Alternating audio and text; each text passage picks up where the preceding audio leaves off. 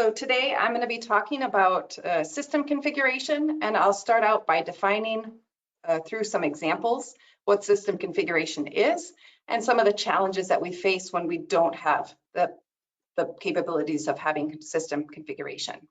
And then I'll dive into how we approach system configuration in ACE. This is in the latest release of ACE. And specifically, I'll look a little bit about how we do the modeling and how it differs from doing modeling of non-systems. And I'll talk about the configuration, what happens when you then use ACE configure.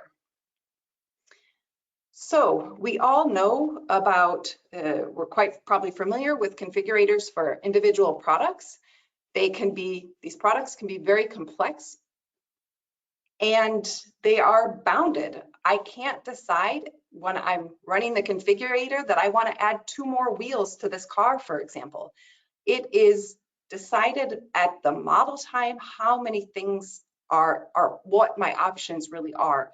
And that is the bound. And when we talk system configuration, we're going from this bound space to an unbound space. And it could be that I want this to solve, to build a larger solution where multiple products taken together are really forming a solution, but they don't stand alone. They can interact with one another.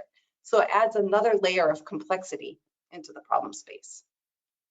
So I have 2 different examples to try to highlight this. The first example is a case of floor heating. And you can imagine that with floor heating, how I'm going to put floor heating into a building depends on a lot of different factors. It depends on the number of rooms. It depends on the size of those rooms. And for each room I bring in, I probably need a place where the warm water can come in and the hot water, or warm water can come in and the cold water can go back to be heated up again. Maybe if I have multiple floors in this building that I'm doing, I might need to also have a pump that is independent of this, and pumps are highly configurable.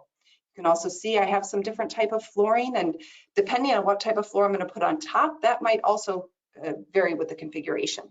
And in fact, when I went in to do a little bit of research on this, I was amazed at actually the number of different products and the variation that I could find here. So of course, in many of the bedrooms or in the rooms that I want to heat, I'll need a thermostat. I need some floor sensors. I need a power supply for my pump. I need a pump. Pumps are highly configurable. I need a lot of the tubing and everything else. And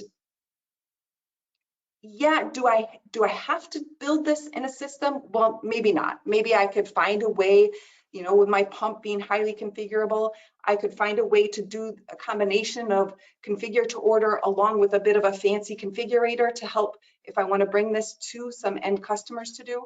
But the problem there is that now I have some rules over in something like ACE, and I have some rules that I have to maintain in the configurator itself, which is never a good idea. Furthermore, if that happens, then maybe I can't guide the user, give the user good guidance about when they should choose another pump. Maybe they decide to add another room or a new floor, and that pump suddenly won't be sufficient, but I can't give them that feedback in an accurate way. So this is some of the problems that we face when we don't have system configuration. In another example, we have here a picture of a renewable, what I'm calling a renewable energy farm. There's somebody who owns a plot of land and they would like to generate some energy from that plot of land using some form of some solar panels and some wind turbines. And both of these are pretty configurable, but I also need, I'm not just going to generate this electricity, I also need to get it back to the grid. And so there's going to be a lot of electronics that help me to put this all together.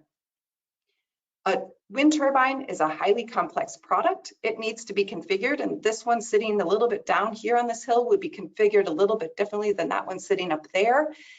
And if I want to add one more, that might change. As I imagine in this picture, this is how I'm getting this electricity back onto the grid so it can be consumed.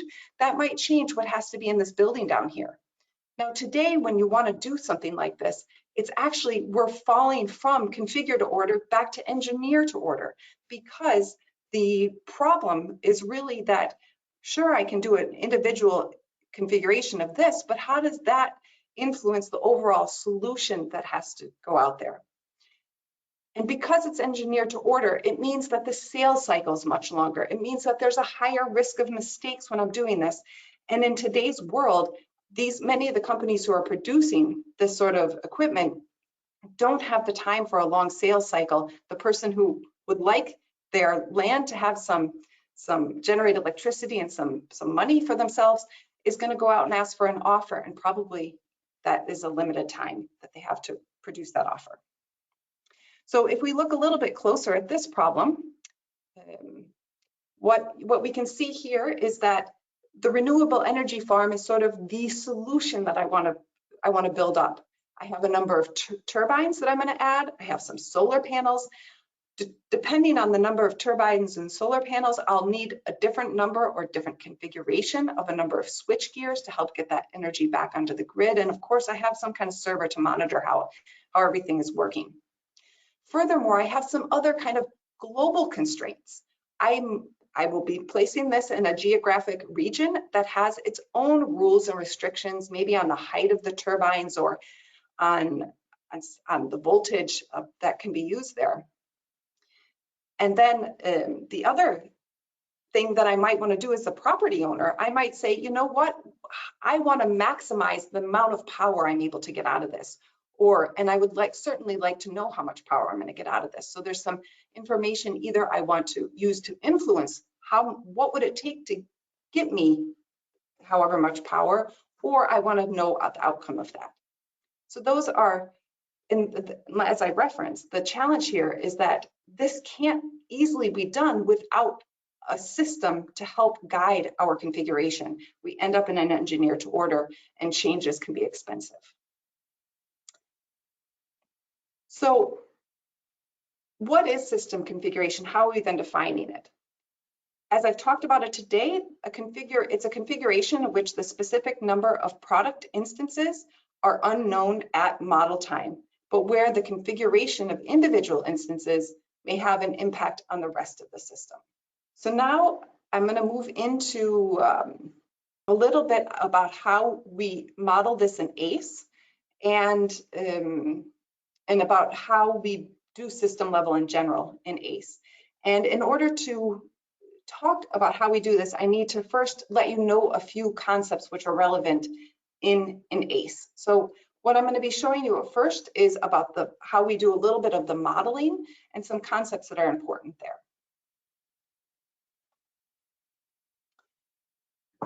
So the first relevant concept in ACE model is that how we build up a product model today, which is static.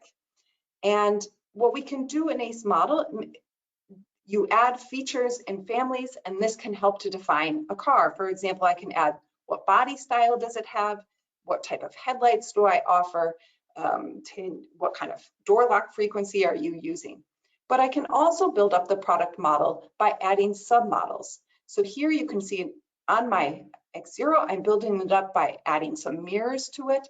I'm adding the driver's seat, and I'm adding a passenger seat. Each of these submodels have their own set of features and families, and they have their own rules. And one reason I might want to build it up from these submodels is because this allows reuse. You can see that I can add a driver's seat and a passenger's seat, so I can add them 2 times, but I can also use this to build up another product, either a different car or something else that might use the seats. And it is the combination of these 2 things which help to define what is offered on this X0. And then one of the problems here, though, is that maybe on the seats on the X0 shouldn't be a full subset of the seats that are defined in the seat module. So the next concept which is relevant is the ability to narrow down basically what it is in seats that can be used on the X0. And we do this with something called repeated families. And the concept with a repeated family is it's a family which occurs both on my X0 and in a submodel. And in this case, I have this body style appearing on one of the other submodels, but that's kind of neither here nor there. The idea here is that maybe in my sample car calculations, my body style has 5 or 6 different body styles, but on the X0, I offer it in two different variations.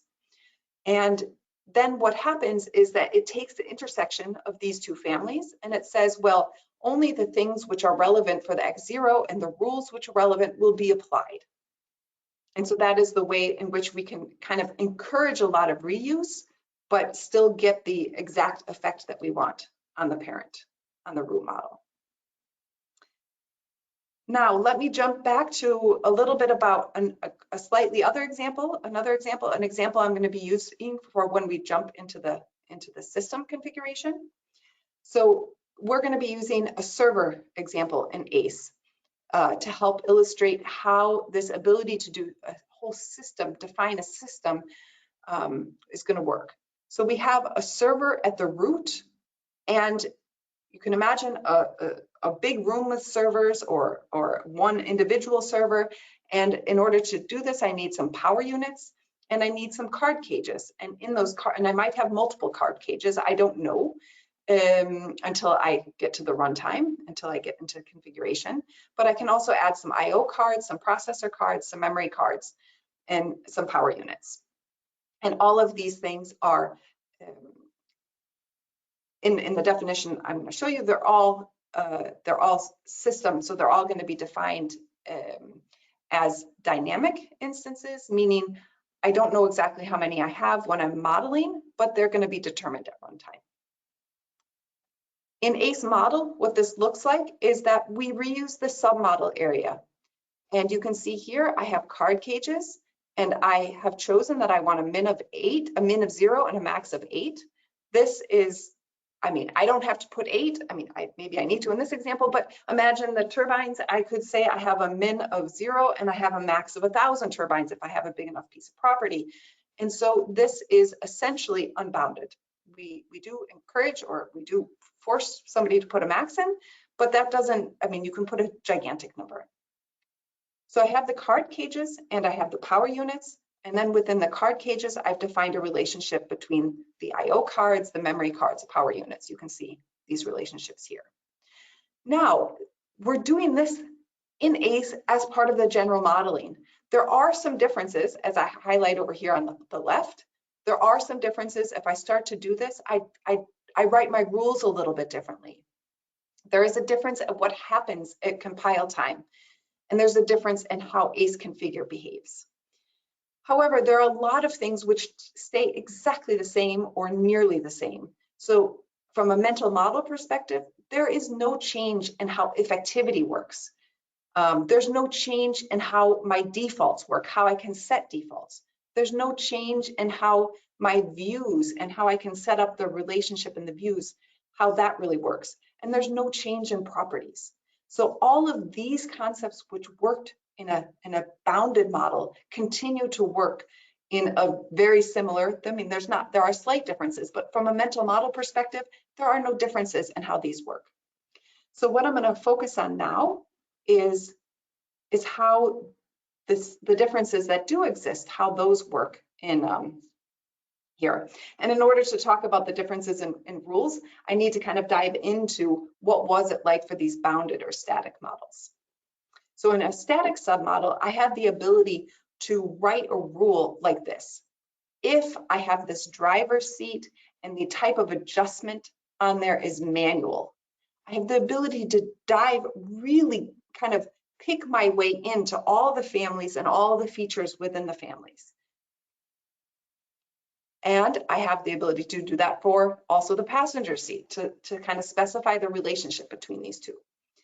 To highlight and contrast that difference between then static submodel rules and dynamic rules. When I have a dynamic instance or a system added that with a min and max, I'm always referencing the set of instances. I'm not referencing instance number 1. I'm referencing, well, all of these card cages. And what that then means is I have a new set of syntax of what I can write. So in here I have two examples, one is min and one is max. And what I'm saying here is I want to know the minimum server frequency in the card cages. And in order to get this, I have to ask the card cage. It has something called min CC frequency, which is probably then looking at the frequency of something even lower. And it is then, of all the card cages that I have instantiated at runtime, please tell me the one with the least frequency. Likewise for max. I also have the ability to write a rule called total server power. So I have the ability to do a sum. I have here, I'm summing up what is the power that the card cage is giving me and what is the power of all of the power units. And again, this is over the set of instances. And then there's one other type of rule that comes in really handy. Remember, I mentioned this idea of repeated families when I talked about submodels, and I mentioned in the renewable energy farm, I mentioned that country was something that once I had the country, I had to make sure manually in that example that I set it correctly on every single thing I configured. Well, one way that you can do this globally is we have something called an all equals rule. And in the all equals rule, I have the ability to say that the server type that I'm setting at the server level is exactly the same as the power unit server type. And therefore, when I set a rule like this, no matter where I make my decision on the server type, it is going to make sure that they're aligned throughout. And likewise, I have a same rule here about the server type and card cages. So these are the different types of rules that I can write. Then I said that there was a difference in how we compile. And this is maybe a little subtlety, but since it's a tech talk, I'll get a little bit into it. We have these, when we compile a model with submodels, we compile as if it was all one product.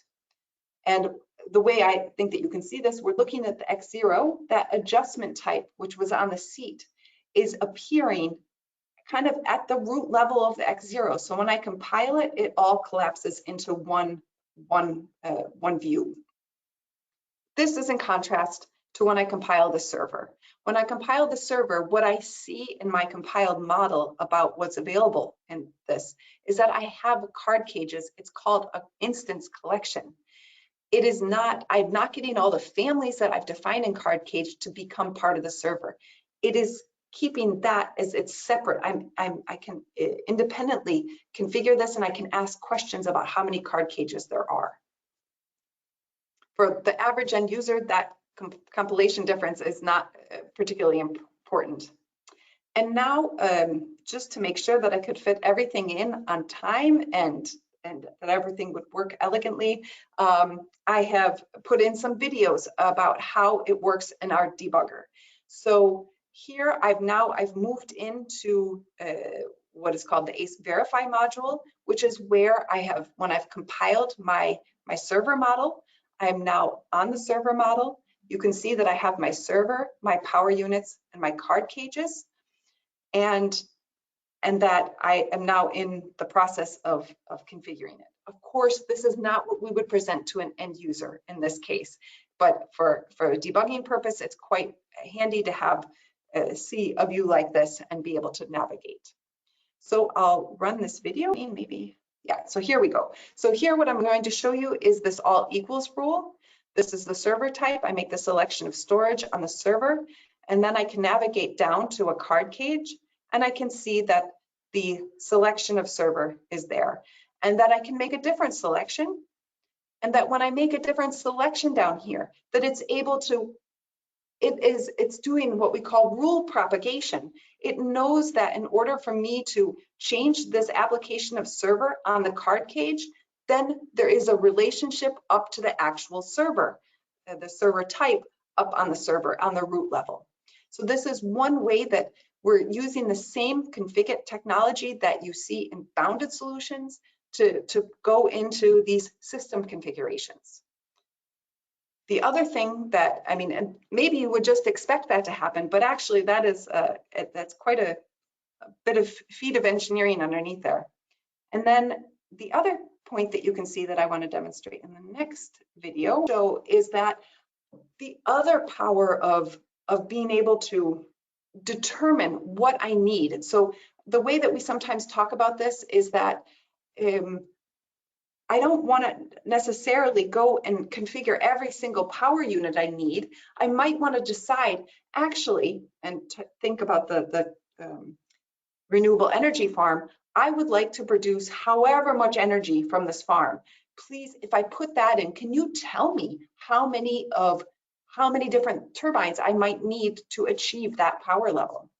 And that's exactly what we're able to do here. So in this example, what it's doing is I'm taking the choice of the absolute maximum power in the server. I'm saying that's what I want. And then if you look over to there to the left, what you can see is that right now there's one card cage there. But when I apply this, suddenly I get tons of power units. And the reason I get so many power units is because the only way I can achieve that value of 72,000 in my power, my summed up power, is that I have 8 power units. And in fact, if we were to go down to the card cages, I would actually max out the number of power units in the entire model. I would be expanding everything. And so in this way, if a user were to make a decision about how much power they wanted, the system would guide them into making some correct choices. And likewise, if I were to come back to this later and make some changes and say, actually, it turns out I can't afford to have 8 power units, I want only 5, then it's going to do some good estimations on what else, or it will help guide me, I should say, into what else needs to be taken away. It will tell me what choices I lose. One more slide here. Yep. So what I've talked to you about today is really about how we support system configuration and how, once again, we are transforming an engineer to order into a configure to order problem. We allow the modelers to stay in one tool to solve these problems. And in the end, what it really means is a much shorter sales cycle, potentially shorter sales cycle, less chance for errors. And during the end configuration for those end users, they're not going to run into dead ends. They're going to have guidance throughout the process, and that they can resolve these conflicts across instances. Great, thank you, Laura. We do have a couple questions here. I think we have about 4 minutes left. One question is, when is it a good idea to use system level configuration? Yeah. And of course, the answer is it really depends. But in general, when I've seen examples of ideal scenarios when it turns out that customers are using these submodels and they have to add 15 of them. And in fact, I've seen where they go up to adding way more than 15. And that means that every single rule becomes very heavy. If they want to do a sum of it, they need to kind of go in and manually do that. So if you find yourself adding a lot of submodels into an existing model simply to cater for various situations, that is a really good example. I think some other times that we say it would be a really good idea to use these, to use the dynamic or the system configuration is when the complexity is really in the individual products and the way you want to join them. That is somewhat complex. There are some rules about joining them, but that's most of the complexity is actually in the individual products. So those are some guidelines. I'm sure there are probably many out there, more guidelines out there as well. Great, we have quite a few questions here. What about the performance when we take a very complex product like switchgear? I'm not sure if you're familiar with that. Yeah. So I think in general, the performance has to do a lot with basically when it's the product itself, which is very complex, then, and if we can stay in the realm of Yeah, so when the product is complex, we're not going to add a lot of extra complexity in doing that. It really, like as I just kind of alluded to, when our relationship between at the root level, how many rules need to be at the root level versus on the switchgear itself. If the switchgear itself as a product on its own is functioning well and is performant, and if there are some rules at the root level, but there are fewer of those, and there are certainly in this complex product, our experience is that that is a good candidate for this sort of thing. Of course, performance is going to change a little bit when you get into a very complex model, and as usual, that's something that we continue to improve on when we see those performance challenges. Great. We have 1 minute, so I'm going to pick one more question. Let me see here. Can I determine a bill of materials with the rules as you showed here? Where does this get implemented? Yeah, so first I should point to another tech talk. Anders Rasmussen did a tech talk where and he also did a talk at the CLM Summit where he talked about the bill of material and about how all those systems fit together. The standard answer is that the bill of material tends to be separate from the authoring of the model. I sort of make an assumption that this, if you have a turbine, for example, that the bill of material of the turbine is determined by the turbine configuration. So I'm not doing necessarily a bill of material at the root level, at the kind of server or at the renewable energy farm level. I'm doing it at the bill of material at the individual configurations because those are actually the products and I'm bringing them together in a big solution. But I think if this didn't quite answer what it was that you're looking for, usually the bill of materials in the PLM and the like I said, and this is also why how it's compiled kind of matters because the turbine, the server, the card cage, they all have their own configuration model and you can get that data out of the final configuration.